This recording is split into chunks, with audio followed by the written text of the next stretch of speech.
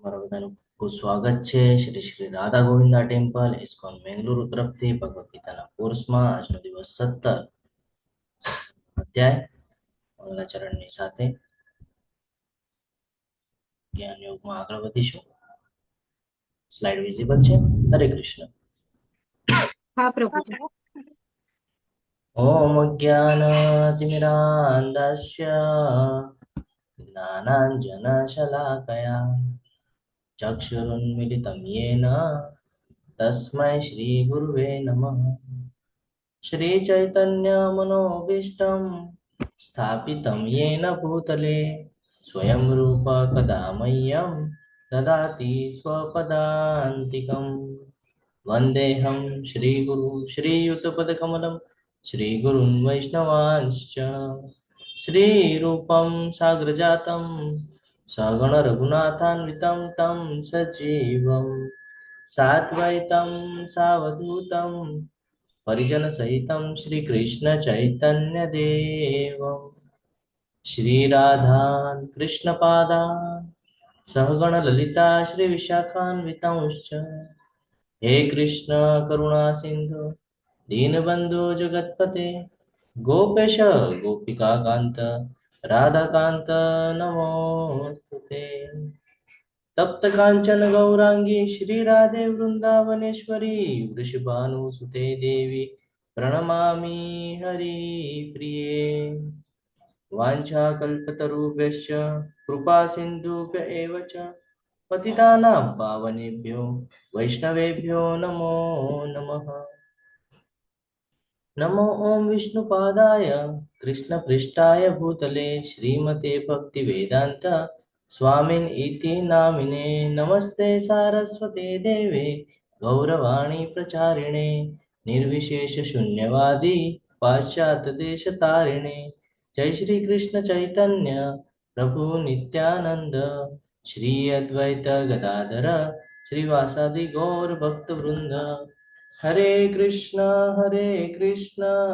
कृष्ण कृष्ण हरे हरे हरे राम राम राम हरे हरे. हरे कृष्ण. हरे कृष्ण. दंडवत प्रणाम. हरे कृष्ण. हरे कृष्ण. हरे कृष्ण सर्वने. खूब सरस मजानो अध्याय श्रद्धाना विभागो. હરે આપણે કૃષ્ણ પ્રભુજી દંડવત પ્રણામ. હરે કૃષ્ણ દંડવત પ્રણામ. કાલના અધ્યાયની થોડી ચર્ચા કરીએ. કોણ કહેશે કાલે શું જોઈ ગયા આપણે? હરે કૃષ્ણ મહત્વનું પોઈન્ટ હતો કાલે જીવનનો. માયાદેવી વિશે જાણ્યું હતું, એના પછી દૈવી અને આસુરી શક્તિ વિશે જાણ્યું. કોણ કહેશે હરે કૃષ્ણ?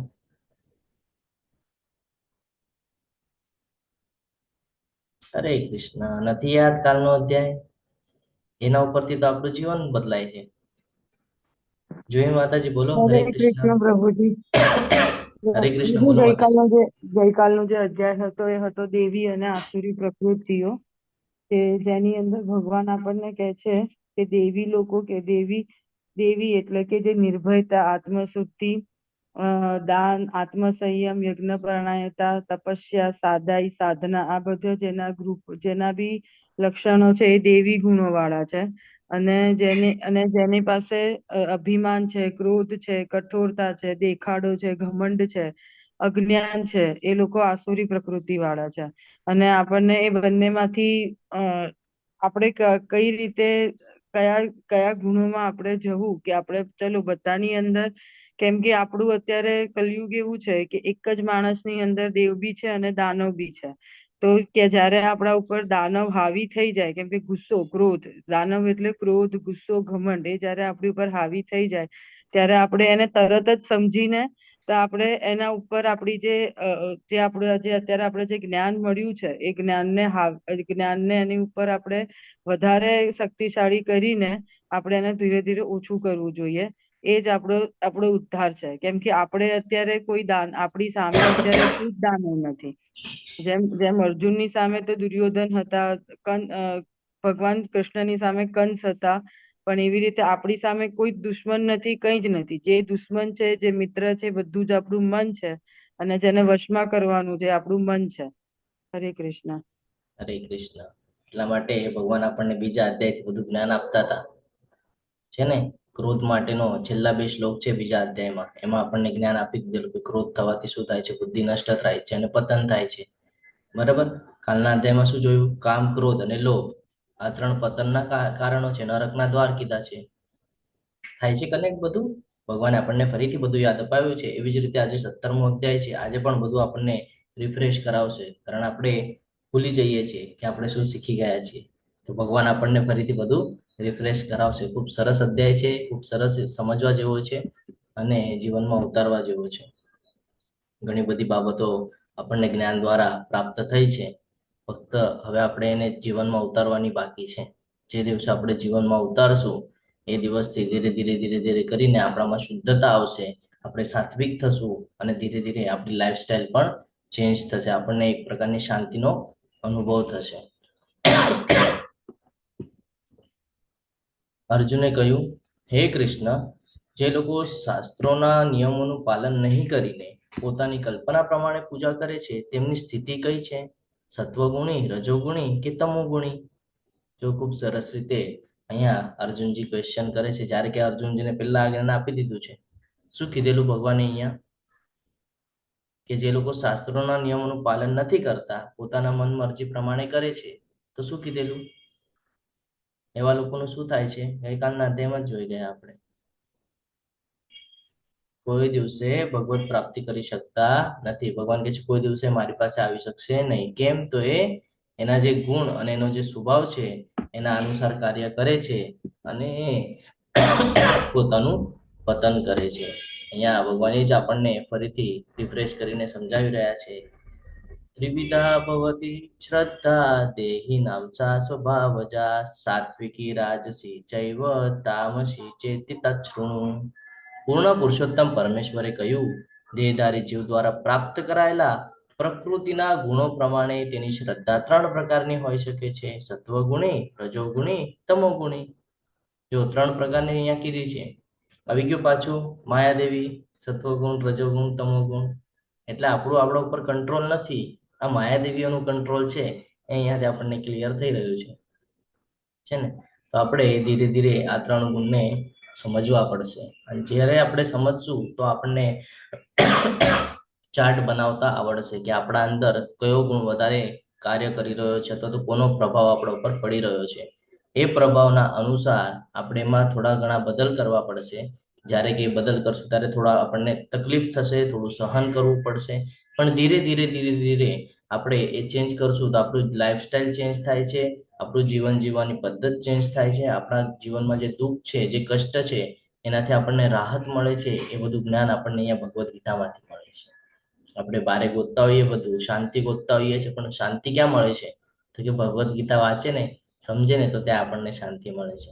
કારણ કે એમાં જીવનના તમામ પ્રકારના જે કાંઈ પણ સમસ્યાઓ અથવા તો જે કાંઈ પણ આપણને પ્રશ્ન પડે છે એનો જવાબ આપણને આ ભગવદ્ ગીતા દ્વારા મળે છે. તો ધીરે ધીરે આપણે આ સમજવું જરૂરી છે કે આ 3 ગુણો જે છે એ 3 ગુણોના અનુસાર આપણે કાર્ય કરે છે: સત્વગુણ, રજોગુણ અને તમોગુણ. જેમાં આપણે જાણ્યું કે જે તમોગુણ છે એ આપણા પતનનું કારણ બને છે. સોરી, તમોગુણ છે એ આપણા પતનનું કારણ બને છે અને આપણને નરકના દ્વાર એટલે કે નીચેના લોકમાં લઈ જાય છે અને નીચેની યોનિઓ તરફ આપણને ધકેલે છે. એ એક પ્રકારનું દલદલ છે જેમાં આપણને ફસાવે છે. જ્યારે કે રજોગુણ આપણે જોયું તો રજોગુણ શું કરે છે? આપણી ઈચ્છાઓ અને મનની તૃપ્તિ માટે આપણે જે કાર્યો કરીએ છીએ, જે ઈચ્છાઓ ધરાવીએ છીએ, જે આસક્તિ રાખીએ છીએ, એ પૂરી કરવા માટે, જેમ કે ભગવાને કીધું છે કે તને જે ઈચ્છા હશે એ પ્રમાણે તું આગળની યોનિ પ્રાપ્ત કરીશ. તો એ ભોગ ભોગવવા માટે આપણે ફરી અને એ લોક ઉપર આવી રહ્યા છીએ અને આ ભોગ ભોગવી રહ્યા છીએ. આપણને એવું થાય છે કે હું તો કોઈનું ખરાબ કરતો નથી, પણ મારું ખરાબ શું કામ થાય છે? તો આ પાછલા જન્મના આપણા કર્મ છે જે આપણે અહીંયા ભોગવી રહ્યા છીએ. જો હજી પણ આપણે ભોગ વિલાસમાં પડ્યા રહીશું તો આવતી યોનિ અને આવતું જે કાંઈ જન્મ આપણને પ્રાપ્ત થશે, જે કાંઈ પણ શરીર આપણને પ્રાપ્ત થશે, એમાં પણ આપણે દુઃખ જ અનુભવ કરશું. કારણ કે અત્યારે આપણે ભૌતિક જગતમાં સંકળાયેલા છીએ.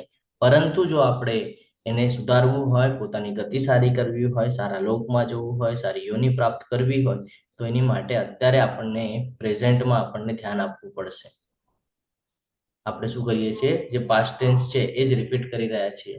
ભૂતકાળને રિપીટ કરવાનું નથી. જે ભૂલો થઈ છે એને સુધારવાનું છે અને અત્યારનું જીવન વ્યવસ્થિત રીતે જીવવાનું છે, જેને કરીને આગળનું જે કાંઈ પણ જીવન આપણને મળશે, આગળની જે કાંઈ પણ યોની પ્રાપ્ત થશે, જે કાંઈ પણ લોક પ્રાપ્ત થશે, એ સારું મળે. આપણે અહીંયા ભૌતિક જગતમાં જીવી રહ્યા છીએ, આપણે કેવી રીતે ફ્યુચરની ચિંતા કરતા હોઈએ છીએ કે નહીં નહીં મને ભવિષ્યમાં આ જોઈએ છે, ઓલું જોઈએ, આ શક્તિ રાખતા હોય છે ને, એવી જ રીતે આ શક્તિ રાખવાની છે, પણ શેમાં? ભગવત પ્રાપ્તિમાં. કે મારે ભગવત પ્રાપ્તિ કરવાની છે, એમાં આ શક્તિ રાખવાની છે. તો એની માટે જસ્ટ મિનિટ.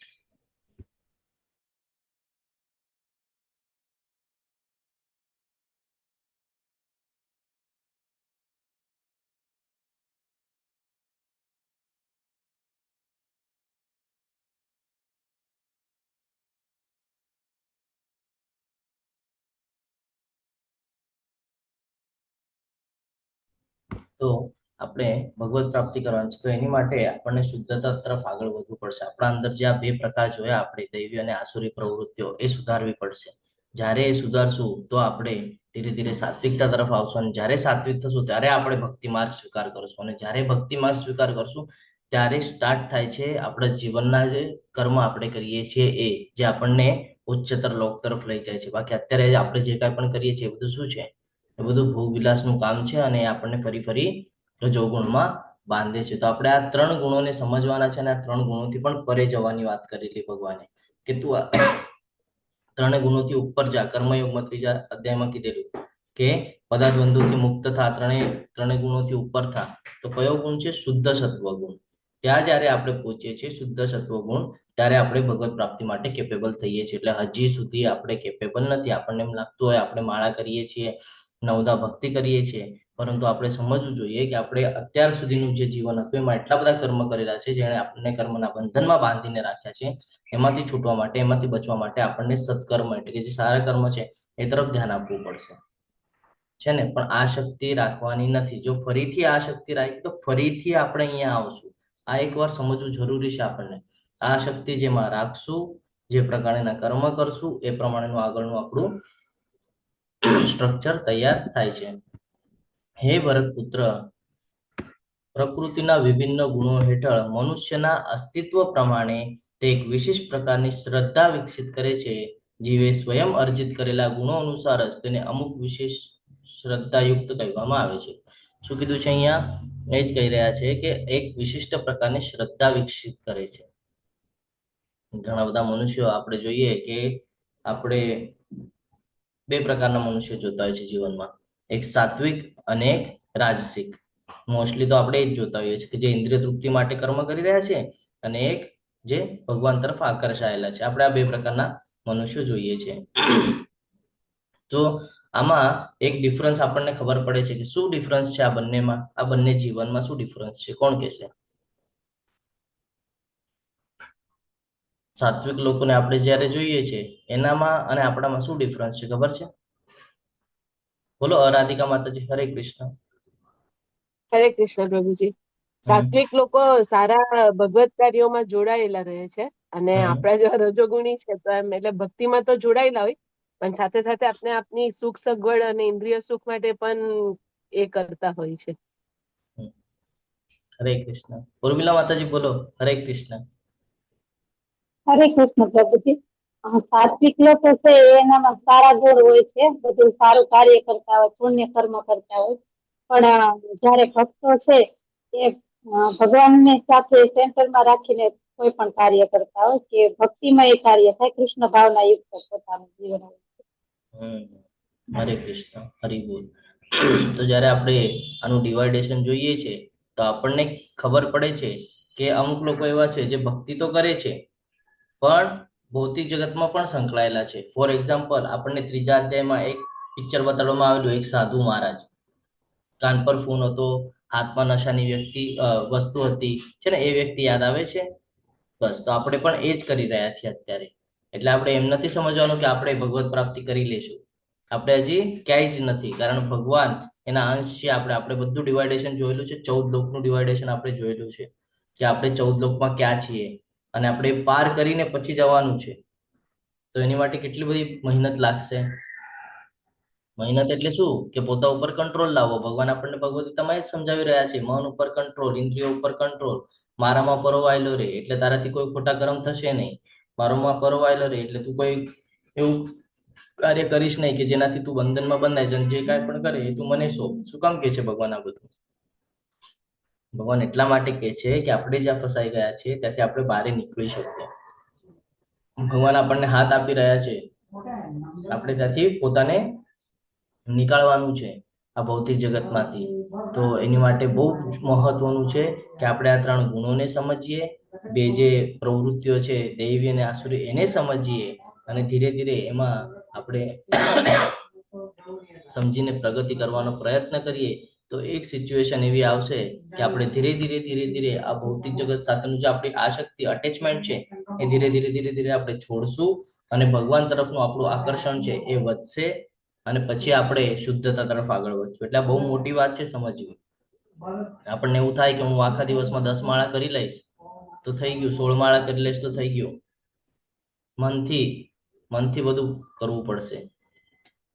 અને આપણે જ્યાં રહીએ છીએ તો ત્યાં આપણે આપણા ફાયદા માટે જ બધું કરતા હોઈએ છીએ. તો આ સમજવાની જરૂરત છે આપણને કે શેમાં ફાયદો રાખવાનો છે અને શેમાં નથી રાખવાનો. આપણે ફાયદો ક્યાં જોઈએ છે? ભૌતિક જગતમાં જોઈએ છે. જ્યારે કે લાભ શેનો મળવાનો છે? તો કે કર્મ કરશો એ અનુસાર મળવાનો છે.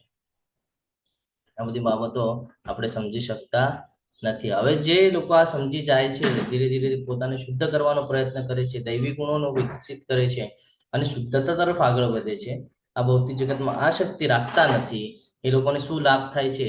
તો એ પણ આપણને આ ભગવાન કહી રહ્યા છે કે સત્વગુણી મનુષ્યો હંમેશા દેવોને પૂજે છે, રજોગુણી મનુષ્ય અસુરોની પૂજા કરે છે, જ્યારે કે તમોગુણી લોકો ભૂત પ્રેતને પૂજે છે.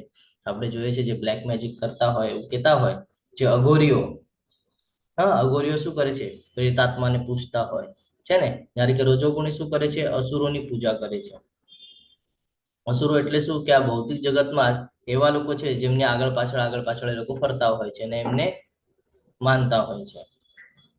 આપણે અહીંયા એમ સમજી શકીએ કે જે ઢોંગી સાધુ જે છે, જેમ ભગવદ ગીતામાં આપણને સમજાવવામાં આવે છે કે શાસ્ત્રોના નિયમોનું પાલન નથી કરતા પણ દેખાવો કરે છે કે હું સાધુ સંત છું, અને એની પાછળ જે લોકો છે એને જે ફોલો કરે છે એ બધા રજોગુણમાં આવે છે. જે સત્વગુણી મનુષ્ય છે હું શું કરે છે? તો એ દેવોની પૂજા કરે છે. જે લોકો દમ તથા અહંકારને તાબે થઈ શાસ્ત્રના વિરુદ્ધ કઠોર તપ તથા વ્રત કરે છે, જેઓ કામ વાસના તથા આસક્તિ દ્વારા પ્રેરિત થાય છે, તેઓ મૂર્ખ છે. અને જેઓ શરીરના ભૌતિક તત્વો તથા શરીરમાં રહેલા પરમાત્માને કષ્ટ આપે છે, તેઓ અસુર કહેવાય છે. અહીંયા અલગ અલગ પિક્ચર બતાડવામાં આવેલા છે. કોણ કહેશે શું શું સમજાય છે આપણને આ પિક્ચરો જોઈને? હરે કૃષ્ણ.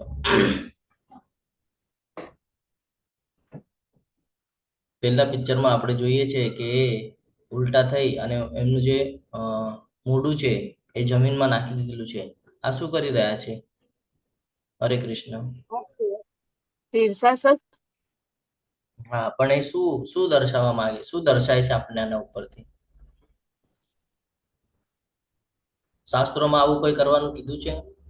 હા, એટલે એ જમીનમાં પૂરા ઊંડે સુધી પ્રભુજી એટલે એ કરેલું છે ને એ રીતે એમ કે તપસ્યા કરે છે એવું બતાવે છે, પણ એવું શાસ્ત્રમાં કીધું નથી. હઠયોગ કરી રહ્યા. હરે કૃષ્ણ. તો હા વિનય પ્રભુજી કઈ કેવું છે? બસ એ જ રીતે કેમ કે હઠયોગ અને એક પ્રકારનો શરીર ઉપર તાડન કરી અને પોતે જાણે તપસ્યા કરે છે, ઘોર તપસ્યા છે એવું દર્શાવવા માંગે છે. શરીરને કષ્ટ આપીને, તાડન આપીને અને બળજબરી પૂર્વક પોતાનું તપ બતાવવા માંગે છે. હરી બોલ. તો આપણને એ ભગવદ ગીતામાં ક્યાંય જ આવી રીતે કીધું નથી કે તમારે તમારા શરીરને આવી રીતે કષ્ટ આપવાનું છે. કીધું છે? નથી કીધું. આવી રીતે ભગવદ પ્રાપ્તિ થઈ શકે? નથી થઈ શકતી. તો એ ભૌતિક જગતમાં દેખાવો કરે છે, દમ કરે છે. એટલે કીધું છે કે દંભી અને અહંકારના તાબે થઈને દમ કરે છે, દેખાડો કરે છે, જ્યારે કે આવું કોઈ જ ઉલ્લેખ કોઈ જ શાસ્ત્રમાં આપવામાં આવેલું નથી. અને આવી જ બધી પ્રવૃત્તિઓ આપણને કુંભ મેળાના સમયમાં જોવા મળે છે. એટલા માટે સમજવું જરૂર છે કે આપણે આ ભૌતિક જગતમાં એવી બધી બાબતો જોઈએ છીએ જે આપણા કઈ જ કામની નથી અને આપણે એની તરફ આકર્ષાઈએ છીએ. એટલા માટે આ બધું સમજવું જરૂરી છે કે આ શું છે, દેખાડો છે. જ્યારે કે સેકન્ડ નંબરનું પિક્ચર છે એમાં રાવણ છે. રાવણ પાસે કેટલી બધી શક્તિ હતી, પણ એને એનો કોઈ દિવસે સદુપયોગ કર્યો નથી, એણે એનો દુરુપયોગ જ કર્યો, જેનું પરિણામ અહંકારમાં પરિવર્તિત થયું અને પછી એ જ એના પતનનું કારણ બન્યું છે ને. તો અહીંયાથી આપણે આ બધું સમજવું જોઈએ. ઉપર હજી એક પિક્ચર દેખાય છે. શેનું છે ખબર છે? માટીમાં એ રાફડો ઉભો થઈ ગયો છે, હરે બ્રહ્માજીની આરાધના કૃષ્ણ કરે છે. પ્રભુજી. હરે કૃષ્ણ. આપણે હિરણ્યકશ્યપ કે એ લોકો કોઈ હમ છે પ્રભુજી કે કરે છે ને આવી રીતે આખો રાફડો થઈ જાય અને વરદાન માંગે છે કે દિવસે રાત્રે નહીં મરું એ રીતે. તો હિરણ્ય કશ્યપ છે અને એ પણ જે પ્રમાણે કરી રહ્યા છે એ કોઈ જ ઉપયોગનું છે નહીં. તો અહીંયાથી આપણને એ ખબર પડે છે કે જો શરીરના ભૌતિક તત્વોને તથા શરીરમાં રહેલા પરમાત્માને કષ્ટ આપે છે ને, એ લોકો અસુર કહેવાય છે. આપણે પણ આમાં આવીએ છીએ. આપણે પણ ઘણીવાર એવી રીતે કરતા હોઈએ છીએ અને આપણે કઈ માનતા રાખી છે. ભગવાન કહે છે હું તારી બધી ઈચ્છા પૂરી કરીશ, તો એકવાર મારો ભક્ત તો થા. ભગવાને પોતે આપણને કીધું છે અને ભગવાન આપણને એકદમ સરળતાથી કહી રહ્યા છે, એકદમ સરળ આપણને બધી ઓપોર્ચ્યુનિટી આપી રહ્યા છે. બહુ આમ અડચણમાં નથી મૂકી રહ્યા. નથી તારાથી થતું તો કે મારે એમાં પરોવાયેલો રે, નથી થતું ચલ વાંધો નહીં, તું તારા કર્મને મને સોંપી દે. કેટલી બધી આપણને ઓપોર્ચ્યુનિટી આપે છે ભગવાન, પણ આપણે એ એક્સેપ્ટ નથી કરતા. આ આપણો પ્રોબ્લેમ છે. તો ભગવાન તો જેમ અર્જુનને બધું કહી રહ્યા છે કે તારે યુદ્ધ કરવાનું છે, ઊઠ અને યુદ્ધ કર, એવી રીતે આપણને પણ કીધું છે ઊઠ અને એવું યુદ્ધ કર. આપણે યુદ્ધ કરવા તૈયાર જ નથી થતા. આપણે જ્ઞાન તો પ્રાપ્ત કરીએ છીએ. અર્જુનજી જેમ પ્રેરિત થઈ ગયા, યુદ્ધ કરવા માટે રેડી થઈ ગયા, એવી રીતે આપણે નથી થતા. એટલે આપણે સક્સેસ થઈ શકતા નથી. જે અન્ન સત્વગુણી મનુષ્યને પ્રિય છે તે આયુષ્ય વધારનાર, જીવન શુદ્ધ કરનાર અને બળ, સ્વાસ્થ્ય, સુખ તથા તૃપ્ત આપનારું હોય છે. આવું અન્ન રસયુક્ત, સ્નિગ્ધ, પોષણ કરનારું તથા હૃદયને ભાવે એવું હોય છે. અહીંયા આપણને કહે છે કે કેવું અન્ન આપણે ગ્રહણ કરવું જોઈએ. તો સત્વગુણી વાળું અન્ન તો એ કયું છે? તો રસયુક્ત, સ્નિગ્ધ, પોષણ કરનારું છે ને. અને એનાથી શું થાય છે? તો કે આયુષ્ય વધે છે, જીવન શુદ્ધ કરે છે, બળ, સ્વાસ્થ્ય અને સુખ તથા તૃપ્તિ આપનારું હોય છે. આપણે શું કરીએ છીએ? આપણને જેવું આપણા જીભને જેવો ટેસ્ટ ભાવે આપણે એવું ખાવાનો પ્રયત્ન કરતા હોઈએ છીએ અને ઇન્દ્રિય તૃપ્તિની આપણે ઈચ્છાઓ પૂર્ણ કરતા હોઈએ છીએ. જ્યારે કે એવું કરવું જોઈએ નહીં. જ્યારે આપણે ભગવાનનો ભોગ બનાવીએ, ભગવાનને ભોગ અર્પણ કરીએ અને પછી પ્રસાદી ગ્રહણ કરીએ, તો એ ભોગ શું કામ આપણે અર્પણ કરવાનો છે ખબર છે? એની પાછળનું રીઝન, એની પાછળ પણ આપણો જ ફાયદો છે. કારણ જ્યારે આપણે ભગવાનને ભોગ અર્પણ કરીએ છીએ ને, તો આપણે એવા પ્રકારનું જ અન્ન બનાવીએ છીએ કે જે ભગવાનને આપણે ધરીએ, બરાબર. અને એ પછી પ્રસાદી તરીકે આપણે ગ્રહણ કરીએ છીએ, તો એનો આપણને લાભ થાય છે. અને જો આપણે આવું ઇન્દ્રિય તૃપ્તિ માટે આપણે જો બનાવીને ખાતા હોય તો આપણને એનો લાભ થતો નથી. આના ઉપરથી એક વસ્તુ સમજવાની છે આપણે કે જો આપણા એમાંથી કોઈ પણ ડિવોટીસ જો આ સેવા કરતા હશે, આ જે ભક્તિ છે નવદા ભક્તિમાં, આ જે ભક્તિ કરતા હશે, સમજો કે ભગવાનને ભોગ અર્પણ કરીને પછી ગ્રહણ કરતા હશે, તો એ લોકો પાસેથી એક શબ્દ સાંભળવા મળશે. રેગ્યુલર જે તમે ભોજન બનાવો છો એનો ટેસ્ટ અલગ હોય છે અને ભગવાનને અર્પણ કરીને પછી તમે જે ગ્રહણ કરો છો એનો ટેસ્ટ અલગ હોય છે. આ સત્યતા છે. કરીને જોજો, કોઈક દિવસે સમજાઈ જશે.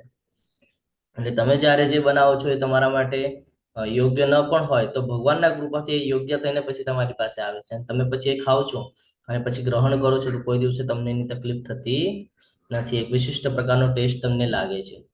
એટલે તમે જ્યારે પણ, ઘણા બધા લોકોને એવું થાય કે સ્કૂલમાં જે તો સાદું કેમ હોય છે ભોજન, સાદું કેમ પ્રસાદી મળે છે, એટલા માટે જ કે તમારું આયુષ્ય સારું રહે, જીવનમાં તમે શુદ્ધ વિચાર રાખો, સાત્વિક વિચાર રાખો.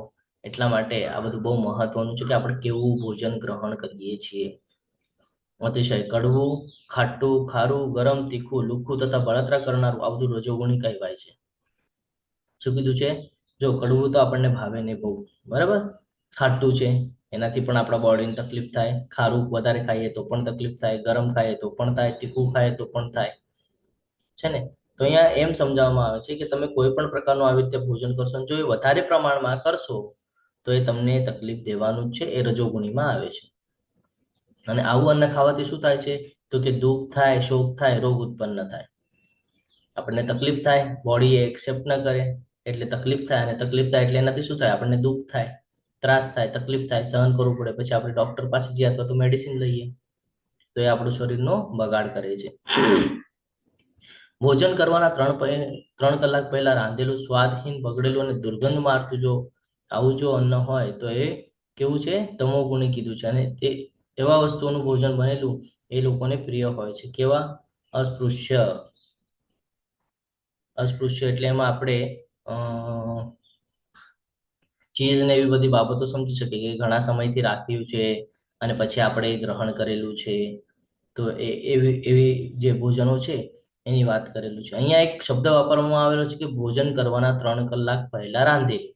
તો આપણે તો ઘણા બધા લોકો ઓફિસ જતા હશે તો સવારે ટિફિન લઈ જતા હશે, તો એ તો બપોરે પ્રસાદી લે, તો એ તો 3 કલાક પછી થઈ જાય. તો અહીંયા તો એમ લખેલું છે ભોજન કરવાના 3 કલાક પહેલા રાંધેલું. કોણ કહેશે અહીંયા શું સમજાવવા માંગે છે? હરે કૃષ્ણ. રાધિકા માતાજી, હરે કૃષ્ણ. હરે કૃષ્ણ પ્રભુજી. પ્રભુજી, ભગવાનને ભોગ લાગે ને તો પછી એ નથી થતું, એમ કોન્ટામિનેટેડ નથી થતું, એટલે 3, 5, 6 કલાકે પણ તમે ખાવો તો વાંધો નથી આવતો. હરી બોલ. હા વિનય પ્રભુજી બોલો. હરે કૃષ્ણ. હરે કૃષ્ણ. 3 કલાક પહેલાનો અર્થ આપણે એ રીતે પણ કરી શકીએ કે જેના અંદર સુગંધ, એનો સ્વાદ, એની જે કઈ ગુણવત્તા છે એ બગડતી નથી અને એમાં કોઈ પ્રકારનો વિકાર પેદા થતો નથી. તો એ સમય 3-4 કલાકનો સમય છે, એ સમય દરમિયાન જ એમ કે ભોજન કરી લેવું જોઈએ, જેથી એ ખાધા પછી આપણા શરીરમાં પણ વિકાર પેદા ન કરે. હરે કૃષ્ણ. હરે કૃષ્ણ. તો અહીંયા ખૂબ સરસ રીતે આપણને ભગવાન બધું સમજાવે છે કે તમારે કેવા પ્રકારનું ભોજન ગ્રહણ કરવું જોઈએ, કેવા પ્રકારનું તમારે અવોઇડ કરવું જોઈએ. આપણે ડાયટ ચાર્ટ બનાવતા હોઈએ અથવા તો કોઈ ડાયટિસ્ટ પાસે જઈ અને આપણે એને પૂછતા હોય કે મને મારું સ્વાસ્થ્ય સારું રાખવું છે તો એની માટે મારે શું ખાવું જોઈએ, શું ન ખાવું જોઈએ. અને જે લોકો એજેડ છે, જેની એજ થઈ ગઈ છે, એ લોકોને હંમેશા આ તકલીફ હોય કે મને આ ખાવાની ના પાડી છે, ઓલું ખાવાની ના પાડી છે ને. પછી એ સિચ્યુએશન આવે કારણ કે આપણે અત્યારે આ સિચ્યુએશન માંથી જઈએ છીએ.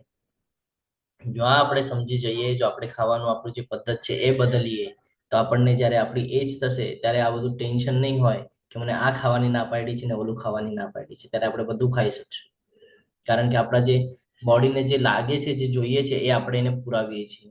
જ્યારે કે આપણે શું કરીએ છીએ, કોઈ એક જેટલા પણ રસ છે એમાંથી કોઈ એક જ રસ વધારે પ્રમાણમાં આપણા બોડીને આપણે આપી દઈએ છીએ.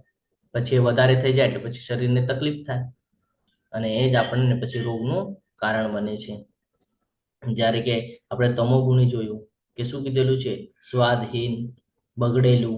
આપણે ઘણા બધા લોકો એવું કરતા હોય છે, રાતનું સવારે, સવારનું સાંજે, બપોરનું સાંજે, છે ને, એવી રીતે કરતા હોય છે. તો એવું પણ ખાવાનું નથી, ના પાડી છે. ફ્રેશ બનાવવાનું છે, ફ્રેશ ખાવાનું છે. તો આજે કેવું ભોજન ગ્રહણ કરવું, સ્વાસ્થ્ય કેવી રીતે સારું રાખવું, શરીરને કેવી રીતે બળ આપવું, આ દરેક બાબતનું આપણને જ્ઞાન 17મા અધ્યાયમાં આપવામાં આવેલું છે. જો અહીંયા અલગ અલગ બતાડેલું છે. પહેલા જે 3 પિક્ચર છે એ સાત્વિક છે. પછી આપણે જોઈએ છે કે બજારમાં જઈને આપણે જે કાંઈ પણ ગ્રહણ કરતા હોય છે એ તામસિક. અને આપણે પનીરની એની વાત કરી હતી, ચીઝની, તો રાઈટ સાઈડમાં એક પિક્ચર બતાડ્યું છે. એમાં જો એક પિક્ચરમાં નીચે કંઈક દેખાય છે, તમને શું દેખાય છે ખબર છે? શું છે એ?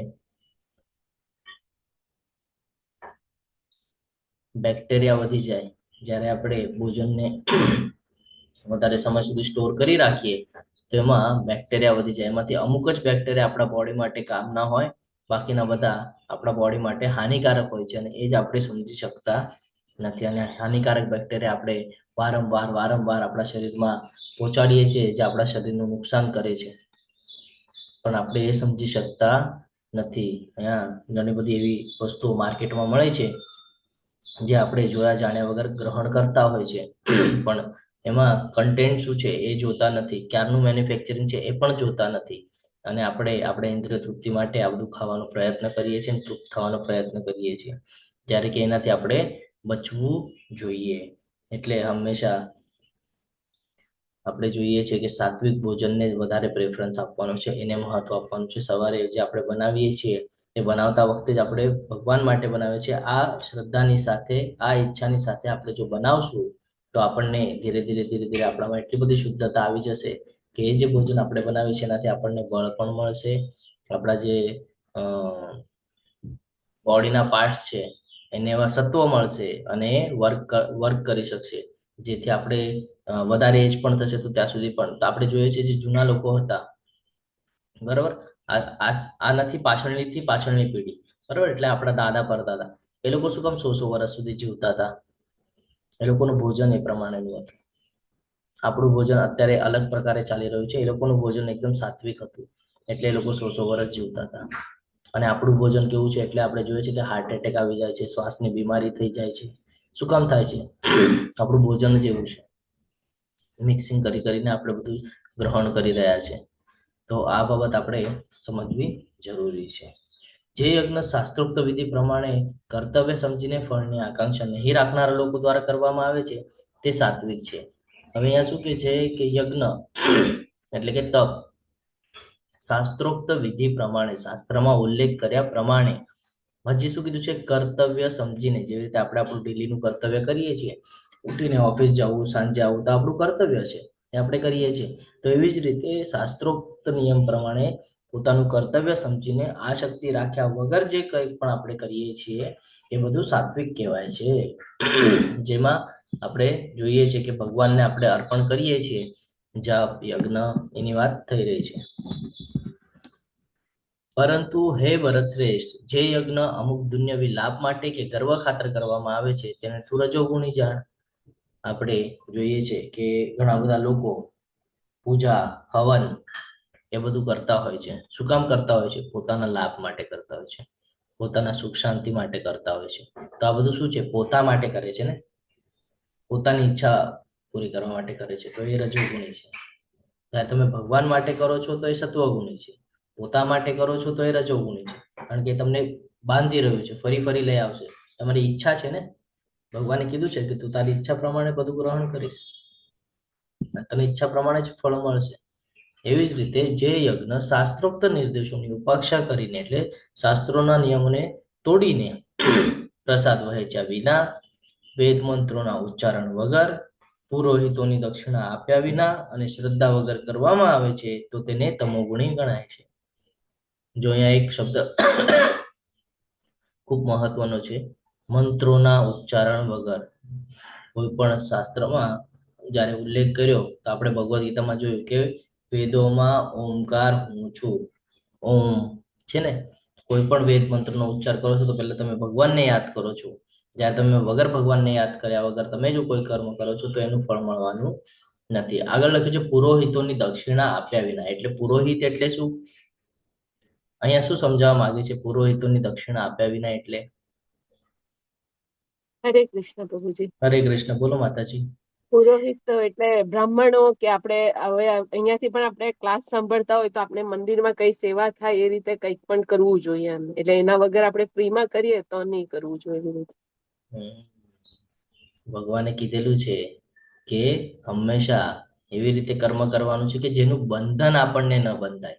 અત્યારે આપણે આ ક્લાસ કરી રહ્યા છે, આ ક્લાસ આપણને ફ્રી ઓફ કોસ્ટ છે, પણ જ્યારે પણ આપણે જ્ઞાન પ્રાપ્ત કરીએ ને તો એના બદલામાં, જો અર્જુનજીએ પણ ભગવાનના જ્યારે એ શિષ્ય બન્યા, ગુરુ દ્રોણાચાર્ય, તમે કઈ પણ કથા લઈ લો, દ્રોણાચાર્ય, એમની પણ કથા લઈ લો, તો દરેક વખતે શિષ્યએ એનું કર્તવ્ય છે કે જે કાંઈ પણ જ્ઞાન અર્જિત કરે છે તો સામે ગુરુ દક્ષિણા આપે છે. આપણે પણ આ જ્ઞાન અર્જિત કરી રહ્યા છીએ, કારણ શું કામ જરૂર છે? તો આપણે ઘણું બધું બારે પૈસા વેડફી ને આ બધું જ્ઞાન મેળવવાનું કરતા હોય છે. આ બધું એટલે શું? કે કેવું ખાવું જોઈએ, જીમમાં જવાનું છે, મારે બોડી સારી રાખવાની છે, મારે આવું ડાયટ લેવાનું છે, મારા જીવનમાં બહુ પ્રોબ્લેમ છે, હું આની પાસે જાઉં, ઓલા પાસે જાઉં, મારે આ કરવું છે. આ બધા જ્ઞાન આપણને ક્યાંથી મળે છે? શાસ્ત્રોમાં જ ઉલ્લેખ છે. આ બધું શાસ્ત્રમાંથી જ આવેલું છે. જ્યાં મોટિવેશનલ સ્પીકરો છે અથવા તો જે કાઉન્સિલર છે એ બધા પાસે પણ આ જ જ્ઞાન છે, અને આ જ જ્ઞાનનો ઉપયોગ કરીને તમારું માઇન્ડ સેટ કરે છે. ત્યાં આપણે જઈને પૈસા વેડફતા હોઈએ છીએ, પણ એની જગ્યાએ જો આપણે આવી રીતે જ્ઞાન પ્રાપ્ત કરીએ શાસ્ત્રોના માધ્યમથી, કારણ આપણે જોયું હતું ગૂગલ, અત્યારે બધા ગૂગલને ભગવાન માને છે, પણ શાસ્ત્રોના માધ્યમથી જ્યારે આપણે જઈએ છીએ, શાસ્ત્રોના જ્ઞાન પ્રાપ્ત કરીએ છીએ, તો આપણને તમામ પ્રકારનું જ્ઞાન પ્રાપ્ત થાય છે. અને એ જ્ઞાન પ્રાપ્ત થાય એની પાછળ આપણે ગુરુ દક્ષિણા આપવી એ આપણું કર્તવ્ય છે. એટલે આપણે કર્મના બંધનમાં બંધાતા નથી. એટલે દાનનું પણ બહુ મહત્વ છે. દાન કેવી રીતે થવું જોઈએ? તો કે શ્રદ્ધા સાથે. પરમેશ્વર, બ્રાહ્મણો, ગુરુ તથા માતા પિતા જેવા વડીલોની પૂજા કરવી અને પવિત્રતા, સરળતા, બ્રહ્મચર્ય તથા અહિંસાનું પાલન કરવું એ બધું શારીરિક તપ છે. જો હવે અહીંયાથી આપણને શરીરનું તપ એટલે આપણા શરીર દ્વારા કેવી રીતે આપણે ભગવાનમાં પોતાને પરોવીએ છીએ એ મહત્વનું છે. અહીંયા શું કે છે? પરમેશ્વર, બ્રાહ્મણો. ત્યારે પણ આપણે બ્રાહ્મણ એટલે કે જે ગુરુ દીક્ષા લીધેલી છે, જેમણે બ્રાહ્મણ દીક્ષા જેમણે ગ્રહણ કરેલી છે એ, પ્લસ ગુરુ, આપણા શિક્ષા ગુરુ હોય, આપણા દીક્ષા ગુરુ હોય, તથા માતા પિતા જેવા વડીલોની પૂજા કરવી. હવે આને આપણે જ્યોતિષ અનુસાર પણ થોડું સમજીએ. બરાબર? અહીંયા શું કીધું છે કે પરમેશ્વર, જ્યારે તમે પરમેશ્વરની પૂજા કરો છો, તમારા બધા ગ્રહ નક્ષત્ર જે તમને નડતા હોય ને એ બધા રેગ્યુલર રૂટીનમાં આવી જાય. ગુરુ, જ્યારે તમે ગુરુની આરાધના કરો ને તો તમને જ્ઞાન મળે. એવી જ રીતે નવગ્રહ છે, એમાં જ્યારે તમે અહીંયા ભૌતિક જગતના ગુરુને તમે પૂજો ને તો એ તમારો ગુરુ સ્ટ્રોંગ થઈ જાય, જે તમે કરવા માંગો છો. માતા પિતા, માતા પિતાની પૂજા કરો ને તો સૂર્ય અને ચંદ્ર કંટ્રોલ થાય તમારો. આ બધું તમને કોઈ કહેશે નહીં, આ બધું ભગવદ્ ગીતામાંથી સમજમાં આવે છે. અને વડીલોની પૂજા કરવી, જે તમારાથી મોટા છે એની પૂજા કરો તો તમારો મંગળ સ્ટ્રોંગ થાય. આ બધું કોઈને ખબર નથી, આ બધું આપણને અહીંયાથી જ્ઞાન મળે છે. પવિત્રતા રાખવી હંમેશા, સરળતાથી વર્તન કરવું, બ્રહ્મચર્યનું પાલન કરવું, અહિંસાનું પાલન કરવું, આ બધું શરીરનું તપ છે. જ્યાં સુધી આપણે તપ કરશું નહીં ત્યાં સુધી આપણને એનું રિઝલ્ટ મળશે નહીં. સત્ય, હવે વાણીનું તપ આવે છે તો સત્ય બોલવું. પછી એવું હોય આપણને કે હું સાચું બોલીશ તો મારું નુકસાન થઈ જશે. એકવારનું નુકસાન પરવડશે પણ કર્મનું બંધન નહીં પરવડે. આ ધ્યાનમાં રાખજો. ખોટું બોલીને કરશો કર્મનું બંધન લાગશે, પણ સાચું બોલી દેશો તો કાંઈ વાંધો નહીં આવે. પ્રિય લાગે એવા હંમેશા બોલતા વખતે વિચાર કરવાનું છે કે આપણને જે ગમે છે એવી જ રીતે આપણે વર્તન સામેવાળા સાથે કરીએ.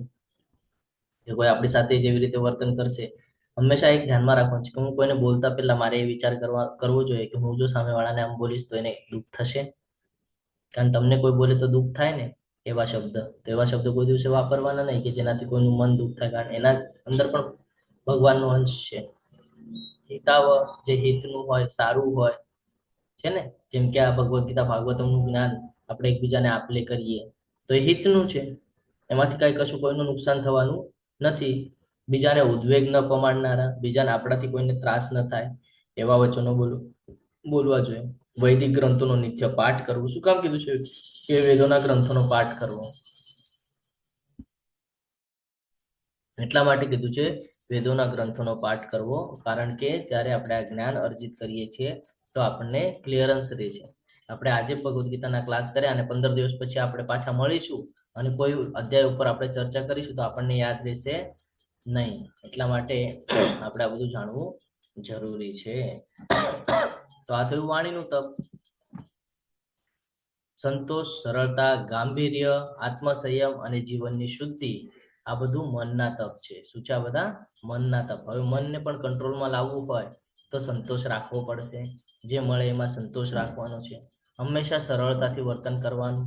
ગાંભીર્ય હોવું જોઈએ કે આપણે અહીંયા ફસાયેલા છીએ, આપણે અહીંયા અટકાવવાનું નથી અને અહીંયાથી બહાર નીકળવાનું છે. આ ગાંભીર્ય હોવું જોઈએ છે ને. આત્મસંયમ, ઇન્દ્રિયો ઉપર નિયંત્રણ, કંટ્રોલ. અને જીવનની શુદ્ધિ એટલે કન્ટિન્યુઅસ ભગવાનમાં પરોવાયેલા રહેવું, ભગવાનની ભક્તિ કરવી. આ બધી બાબતો, આ બધું શું છે?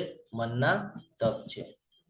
દુન્યવી લાભની ઈચ્છા ન કરનારા તથા કેવળ પરમેશ્વરમાં જ પરોવાયેલા મનુષ્ય દ્વારા દિવ્ય શ્રદ્ધાપૂર્વક કરેલું એ 3 પ્રકારનું તપ સાત્વિક કહેવાય છે. શું કીધું છે? દુન્યવી લાભની ઈચ્છા ન કરનારા. આપણે બધા અલગ અલગ જગ્યાએ જતા હોઈએ છીએ. શું કામ? તો કે જત્રા કરવા જાય છે અને શું કરીએ છીએ? ત્યાં જઈને એન્જોય કરીએ છીએ છે ને. મંદિરમાં જઈને ફોટો, વિડીયો એવું બધું બનાવીને નાખીએ છીએ આપણે. જ્યારે કે એમાં ભક્તિ 10% અને દેખાવો 90% હોય છે. તો એ નથી કરવાનું. કોઈ લાભની ઈચ્છા નથી રાખવાની. આપણે જ્યારે ભગવાનની સેવા કરવા માટે આવ્યા છીએ તો ભગવાનની સેવા માટે જ જવાનું છે આપણે. એમાં કોઈ દેખાવો કરવાની જરૂરત હોતી નથી, શ્રદ્ધાથી કરવાનું છે. આપણા બધાને ખ્યાલ હશે કે હમણાં 7-8 તારીખે બધા જઈ રહ્યા છે ઇસ્કોન બેંગલુરુ. ખબર છે તમને બધાને? હરે કૃષ્ણ. બ્રહ્મોત્સવ છે આપણા ટેમ્પલનો. 1 વર્ષ પૂરું થઈ રહ્યું છે. જે નવું નિર્માણ કર્યું એનો બ્રહ્મોત્સવ છે. અને ઝૂલણ યાત્રા અને 16 તારીખે જન્માષ્ટમી. તો આ બધાનો લાભ લેવા માટે આપણે આપણા ટેમ્પલમાં જઈ રહ્યા છીએ. તો આવી રીતે વૃંદાવનની પરિક્રમા કરવી, અલગ અલગ જગ્યાએ જવું, જાણવું, પવિત્ર નદીમાં સ્નાન કરવું, આ બધાને બહુ મહત્વ છે. તો હંમેશા આપણે અહીંયા ત્યાં ફરવા જવા કરતા આવી રીતે પરિક્રમાઓ કરશું ને તો એનાથી આપણામાં શુદ્ધતા આવશે. અને એકલા નહીં તો બધા ભક્તોની વચ્ચે કરશું ને તો આપણામાં સાત્વિકતા આવશે. એટલે હંમેશા જ્યારે પણ આપણે આવી રીતે ક્યાંય જઈએ તો આપણે ભક્તોની સાથે જવાનો પ્રયત્ન કરવાનો છે કે વધારેમાં વધારે આપણને ભક્તોનો સંગ કેવી રીતે મળે. અને એટલા માટે જ્યારે આપણે ઇસ્કોનમાં અટેચ હોઈએ છીએ તો આપણને આ ઓપોર્ચ્યુનિટી વારે ઘડીએ મળતી હોય છે કે વર્ષમાં 1-2 વાર તો એવી ઓલી આવે જ કે આપણને બધા ભક્તોનો સંગ મળી રહે છે ને. એવો જ એક અત્યારે આપણને મળી રહ્યો છે. હમણાં 7-8 તારીખથી બધા ટ્રાવેલિંગ કરવાનું ચાલુ કરશે અને બધા એકત્ર થશે ઇસ્કોન બેંગલુરુમાં. તો તમારામાંથી જે કોઈ પણ હજી ઈચ્છા ધરાવતું હોય તો એ આપણા સેન્ટરમાં સંપર્ક કરીને આવી શકે છે, ત્યાં ભક્તોનો સંઘમાં જોડાઈ શકે છે અને ભક્તિ માર્ગ ઉપર આગળ આવી શકે છે. જે તપ દંભપૂર્વક તથા સત્કાર સન્માન તેમજ પૂજા પામવા માટે કરવામાં આવે છે તે રાજસી રજોગુણ જાણ, અને તે ચંચળ તથા અશાશ્વત હોય છે. ચંચળ મનની જેમ કે ફિક્સ નહીં, કોન્સ્ટન્ટ નથી હોતું, એ ચેન્જ થયા કરે ઘડે ઘડે. શું તો કે સત્કાર અને સન્માન. આપણે જ્યારે કોરોના સમય હતો ને ત્યારે આ પરિસ્થિતિ આપણે જોયું હતું કે જે લોકોને પોતાનું નામ કરવું હતું, દેખાડો કરવો હતો, એ લોકોને મદદ તો કરતા હતા પણ દેખાડો કરીને. જ્યારે કે મદદ કેવી રીતે કરવાની ભગવાન કહે છે? નિસ્વાર્થ ભાવે, ઈચ્છા રાખ્યા વગર. તો આ પણ રજોગુણમાં આવી જાય છે જ્યારે આપણે પોતાના માટે કરીએ છીએ. મૂર્ખામીને વશ થઈ આત્મ ઉત્પન્ન માટે અથવા બીજાઓનો વિનાશ કરવા માટે કે હાનિ પહોંચાડવા માટે જે તપ કરવામાં આવે છે તે તમોગુણ વાળું હોય છે. તે આપણું પતન કરે છે, કારણ કે કર્મના બંધનમાં બાંધે છે ને. આપણે જો બીજાને ત્રાસ આપશું તો એ આપણે કર્મના બંધનમાં આપણે બંધાશું અને પછી એનો ભોગ આપણને ભોગવવો પડશે, આપણને પણ એ ત્રાસ સહન કરવો પડશે. એટલા માટે કે છે કે મૂર્ખામીને વશ થઈને, કે આટલું બધું જ્ઞાન હોવા પછી પણ મૂર્ખ મનુષ્યની જેમ આપણે જો પોતાના ફાયદા માટે બીજાનો વિનાશ કરીશું તો એ બધું તમોગુણમાં આવે છે, જે આપણા પતનનું કારણ થાય છે. અને આવા ઘણા બધા ઉદાહરણો આપણી પાસે છે ને. આજે આટલું મોટું મહાભારતનું યુદ્ધ થયું, શું કામ થયું? આ ગુણના કારણે જ થયું.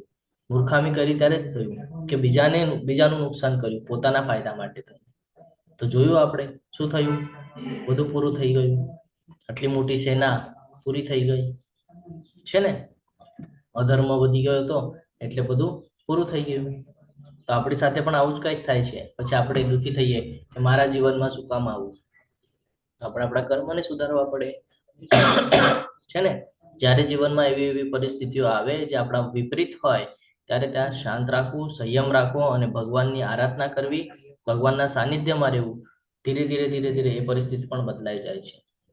પણ એની માટે આપણને એવું કરવું પડશે, ભગવાનનું શરણ લેવું પડશે, ગુરુઓની પાસે જવું પડશે છે ને. ત્યારે આ બધું પોસિબલ થશે.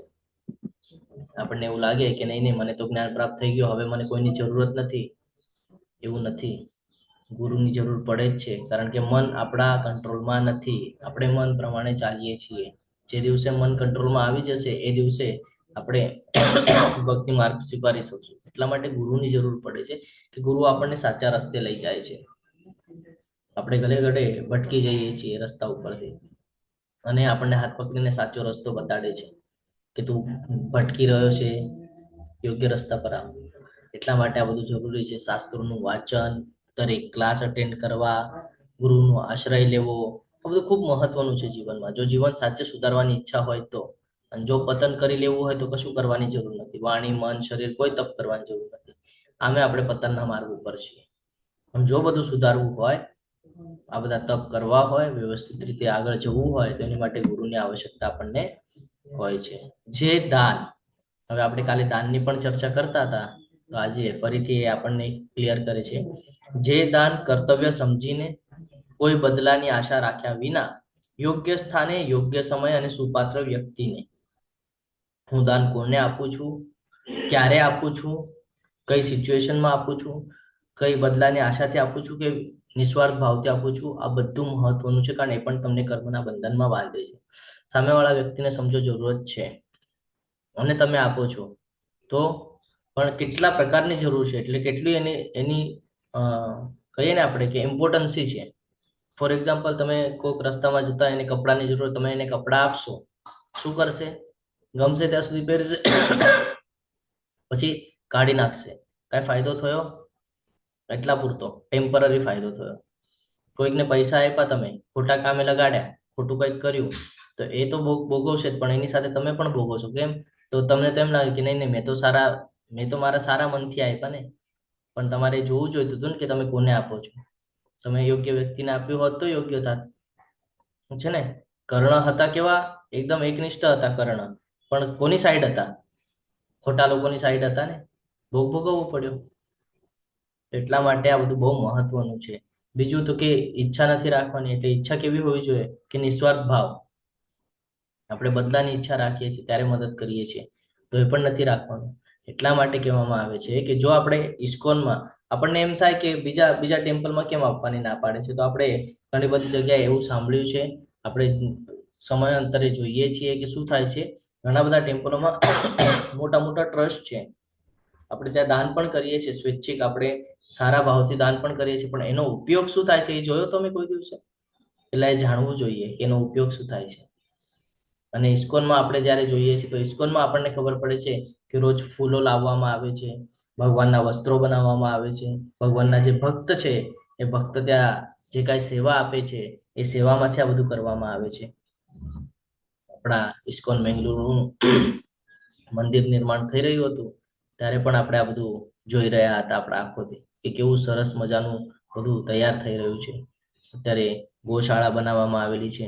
હવે ત્યાં એવી રીતે બિલ્ડિંગ બનાવવામાં આવી રહી છે કે જ્યાં ગુરુકુળ, એટલે કે આ જ જ્ઞાન ત્યાં આપણે પ્રાપ્ત કરી શકશું. જેમ આપણે કોલેજમાં જઈને જ્ઞાન પ્રાપ્ત કરીએ છીએ એવી જ રીતે આ શાસ્ત્રોનું જ્ઞાન આપણે ત્યાં જઈને પ્રાપ્ત કરી શકું છું. આવું વ્યવસ્થા કરે છે. આનાથી કોઈનું નુકસાન થવાનું છે કે નથી થવાનું? સારું જ થવાનું છે. તો આપણે એ વિચાર કરીને દાન આપવું જોઈએ કે આપણે ક્યાં આપીએ છીએ, કોને આપીએ છીએ, શું કઈ જગ્યાએ વપરાવાના છે એ જે આપણે આપીએ છીએ. આ બધી વાત સમજવી જરૂરી છે કે તમને કર્મના બંધનમાં ન બાંધે. અને ભગવાને કીધું છે કે જો તું મારા એમાં નથી પરવાઈ શકતો તો તું એવી જગ્યાએ કાર્યરત થા કે જ્યાં તને ઉપયોગી થાય. આપણે જોતું કે મંદિરનું નિર્માણ કરી રહ્યા હતા તો ત્યાં તું પોતાને લગાડ. આપણે આખા મહિને જ્યારે મહેનત કરીએ છીએ તો આપણને એક અમાઉન્ટ આપણને મળે છે. અને તમે જ્યારે શાસ્ત્રો વાંચશો તો શાસ્ત્રોમાં એમ લખેલું છે કે તમારા ઇન્કમનો ઓછામાં ઓછો 10મો ભાગ, એટલે 100 રૂપિયા હોય તો 10 રૂપિયા આ હંમેશા દાન કરવા જોઈએ. શું કામ કીધું છે? આની પાછળનું બધું બહુ રહસ્ય છે. આની પાછળ કે તમે જે કમાવ્યા છે એ પૈસા કયા માર્ગે આવેલા છે એ તમને પણ ખબર નથી. તમે ભલે મહેનત કરીને કમાવ્યા છે પણ એ જે આવ્યા છે કયા માર્ગે આવ્યા છે તમને ખબર છે? તમારા બોસ પાસે નથી ખબર. અને જ્યારે જ્યારે બિઝનેસની વાત આવે તો બિઝનેસ આ પ્રામાણિકથી થતો નથી. આપણને બધાને ખબર છે. જો તમે પ્રામાણિક રહીને બિઝનેસ કરવા જાઓ ને તમે બિઝનેસ કરી જ ના શકો. એટલા માટે અહીંયા કહેવામાં આવેલું છે કે તમારા ઇન્કમનો અમુક પાર્ટ તમારે દાન કરવો જોઈએ. તો એટલે અહીંયા ક્લિયર થાય છે ક્યાં દાન કરવાનો. દાન કરવાનો એ તો આપણને ખ્યાલ છે, પણ ક્યાં કરવાનો? અને આપણામાંના ઘણા બધા લોકો આ સેવામાં લાગેલા છે. સુદામા સેવા જેને કહેવાય છે. હું પોતે પણ એમાં ઇન્ક્લુડ છું. જરૂરી છે આ બધું. હું તમને પણ વિનંતી કરીશ કે તમારામાંથી પણ સ્વેચ્છાએ જેને જે યોગ્ય લાગે તે આપણા એડમિન કોહોસ્ટનો સંપર્ક કરજો. એ તમને માર્ગદર્શન કરશે અને એ પ્રમાણે આપણે પણ આવી રીતે દાન કરવું જોઈએ, છે ને? એ બધું ભક્તોના એમાં વપરાવાનું છે. અને આવતીકાલના અધ્યાયમાં આપણને ભગવાન કહેશે કે ભગવાનને કેવા ભક્તો પ્રિય છે, કેવા લોકો પ્રિય છે. આ બધું કાલે કહેશે આપણને. એટલે દાન શું કામ કરવું ને એ પણ આપણને કાલે ક્લિયર થઈ જશે. પરંતુ જે દાન અમુક બદલાની અપેક્ષાથી અથવા કર્મફળની ઈચ્છાથી અથવા તો નામરજીપૂર્વક અપાય છે તો તે રજોગુણી દાન કહેવામાં આવે છે. શું? ના મરજી પૂર્વક. એટલે અહીંયા કોઈ જ કોઈને ફોર્સ પણ નથી કરતું કે તમારે આપવાનું જ છે કરીને. શું કામ? કારણ કે ઈચ્છા વગર જો તમે આપશો તો એનો કોઈ જ ઉપયોગ નથી. એ તો તમને કર્મના બંધનમાં બાંધશે, રજોગુણીય થઈ જશે. તો એટલે અહીંયા કોઈ ફોર્સ કરતું પણ નથી. જે દાન અમુક બદલાની અપેક્ષાથી અથવા તો કર્મફળની ઈચ્છાની સાથે આપવામાં આવે છે તો એ રજોગુણી દાન સમજવું જોઈએ. જે દાન ગમે તેવી અપવિત્ર જગ્યાએ અનુસૂચિત સમયે કોઈ કુપાત્ર માણસ અથવા તો પૂરતું ધ્યાન તથા આદર આપ્યા વિના અપાય છે તો તે તામસી કહેવાય છે. જો અહીંયા ખૂબ સરસ રીતે આપણને ક્લિયર કરી રહ્યા છે કે ગમે તેવી અપવિત્ર જગ્યાએ, કે હું કોઈ પણ વ્યક્તિ રસ્તામાં મને મળે અને મને કહે કે મને ભૂખ લાગી છે અને મને આપ, તો હું એને પૈસા આપી દઉં. હું ગાયમાં હોઉં ને પૈસા આપી દઉં ને એનું કંઈક ભલતું લઈને ખાય તો એ તો ફસાશે, મને પણ લઈને ફસાશે. એ મને કર્મના બંધનમાં બાંધી દેશે. સમય પણ જોવો જરૂરી છે. સમય ઇન સેન્સ કે શું? સિચ્યુએશન. કઈ સિચ્યુએશનમાં છે? કુપાત્ર માણસને, ખોટા માણસને આપી દેશો જે એના પાત્ર જ નથી તો એને સમજી જ નહીં શકે, વેડફવાનું જ છે. પૂરતું ધ્યાન આપ્યા વગર અથવા તો આદર આપ્યા વગર. જો આદર આપીને આપવાનું છે, આપણે જ્યારે પણ ગુરુ મહારાજને આપણે જ્યારે પણ ગુરુ દક્ષિણા આપીએ તો આદરની સાથે આપતા હોઈએ છીએ, છે ને. એક ભાવ હોય છે આપણા અંદર, એ ભાવની સાથે આપતા હોઈએ છીએ આપણે. તો આ બધું બહુ મહત્વનું છે. આ બધું નાના નાના પોઈન્ટ છે. આ જો જીવનમાં આપણે ઉતારતા શીખી ગયા ને તો આપણું જીવન ધન્ય બની જાય છે, આ લોકમાં પણ અને આવતા લોકોમાં પણ. કે જ્યાં ક્યાંય પણ આપણી આત્માને દેહ પ્રાપ્ત થશે ત્યાં આપણું ઉદ્ધાર જ થાય છે, કારણ કે આપણે આ બધી બાબતો સમજી જઈએ છીએ અને ધીરે ધીરે જીવન આપણે સુધારતા જઈએ છીએ. જે દાન ગમે તેવી અપવિત્ર જગ્યાએ સમયે કોઈ કુપાત્ર માણસને અથવા તો પૂરતું ધ્યાન તથા આદર આપ્યા વિના અપાય છે તો એ બધું તામસી કહેવાય છે. સર્જનની શરૂઆતથી જ ઓમ તત્સત આ 3 શબ્દો પરમાત્માનો નિર્દેશ કરવા માટે પ્રયુક્ત કરાયા હતા. આ 3 પ્રતિકાત્મક અભિવ્યક્તિઓ બ્રાહ્મણો દ્વારા વૈદિક મંત્રોનું ઉચ્ચારણ કરતી વખતે તથા બ્રહ્મને સંતુષ્ટ કરવા માટે યજ્ઞો કરતી વખતે પ્રયોજવામાં આવતી હતી. ઓમ તત્સત છે ને.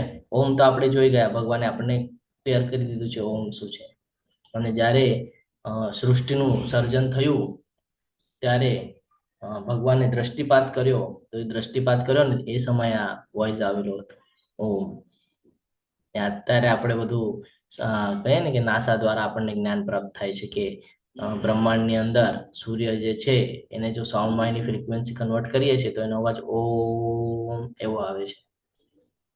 આ બધું શાસ્ત્રોમાં પહેલા જ લખી દીધું છે. તો આપણે સમજીએ ઓમ તત્સત.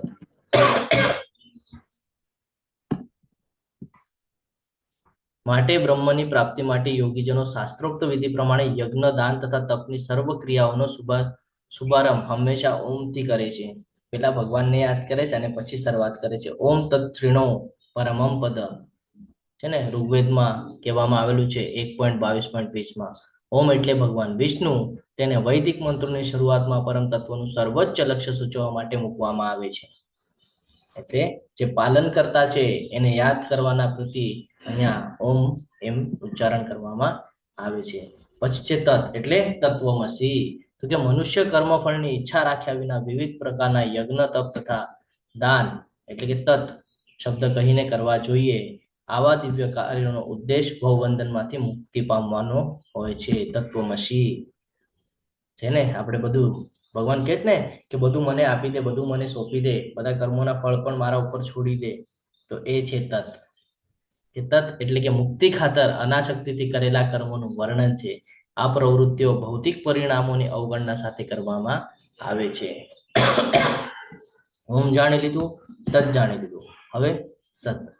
પરમ સત્ય એ ભક્તિમય યજ્ઞનું લક્ષ્ય છે અને તેને સત શબ્દથી સૂચિત કરવામાં આવે છે. હે પૃથા પુત્ર, આવા યજ્ઞનું કરતા પણ સત હોય છે.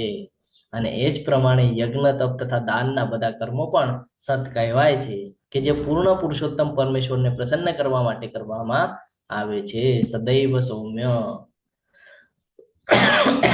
શાશ્વત, જેનો કોઈ દિવસે વિનાશ થવાનો નથી. એટલે અહીંયા સત શબ્દ વાપરવાનો છે. ઓમ તત્ સત. હું હંમેશા ભગવાનને અર્પણ છું.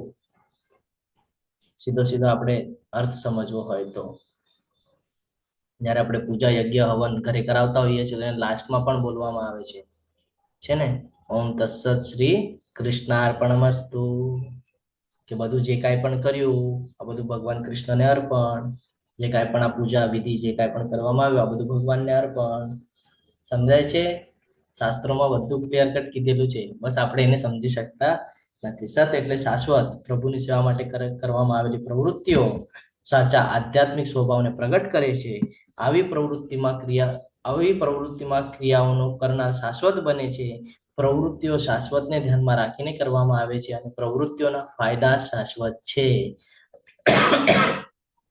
લોંગ ટર્મનો વિચાર કરવાનો છે, જ્યારે કે આપણે ભૌતિક જગતમાં શું કરીએ છીએ, શોર્ટ ટર્મનો વિચાર કરીએ છીએ કે અત્યારનું શું છે એ જોઈ લો, પછીનું તો કોને ખબર. આપણે આવા વિચારધારાઓ સાથે જીવી રહ્યા છીએ જે કે ખોટું છે. આપણે વિચાર કરવો જોઈએ કે ભવિષ્યમાં શું થશે, ભવિષ્યની ચિંતા કરવાની છે આપણે. શેની? તો કે આ આત્માની, જે શરીરના અંદર છે, જેણે આ દેહ પ્રાપ્ત કરેલો છે, કારણ એક સમય પછી આ દેહ છૂટી જવાનો છે. આગળનું શું?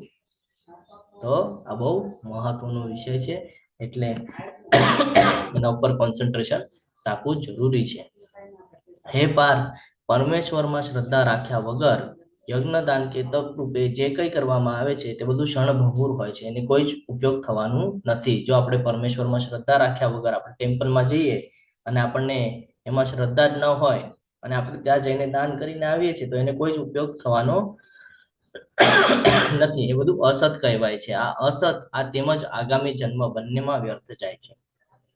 એટલે અત્યારે પણ એનો ઉપયોગ નથી અને આવતા જન્મમાં પણ એનો કોઈ લાભ થવાનો નથી. તો આવી રીતે આજના અધ્યાયની પૂર્ણતા થાય છે. આશા રાખું છું કે તમને આજનો અધ્યાય સમજાણો હશે. તમે બધાએ ખૂબ શાંતિપૂર્વક મને સાંભળ્યું એટલે તમારા બધાનો ખૂબ આભાર વ્યક્ત કરું છું. આ સાથે આપણો આજનો અધ્યાય અહીંયા પૂર્ણ થાય છે. વાંછા કલ્પતરુભ્યશ્ચ કૃપા સિંધુભ્ય એવ ચ પતિતાનાં પાવનેભ્યો વૈષ્ણવેભ્યો નમો નમઃ. અનંત કોટી વૈષ્ણવ વૃંદ કી જય, ભગવદ ગીતા કી જય, શ્રીલ પ્રભુપાદ કી જય, સદગુરુદેવ કી જય. હરે કૃષ્ણ કૃષ્ણ કૃષ્ણ હરે હરે, હરે રામ રામ રામ હરે હરે. હરે કૃષ્ણ સર્વને, હરે કૃષ્ણ.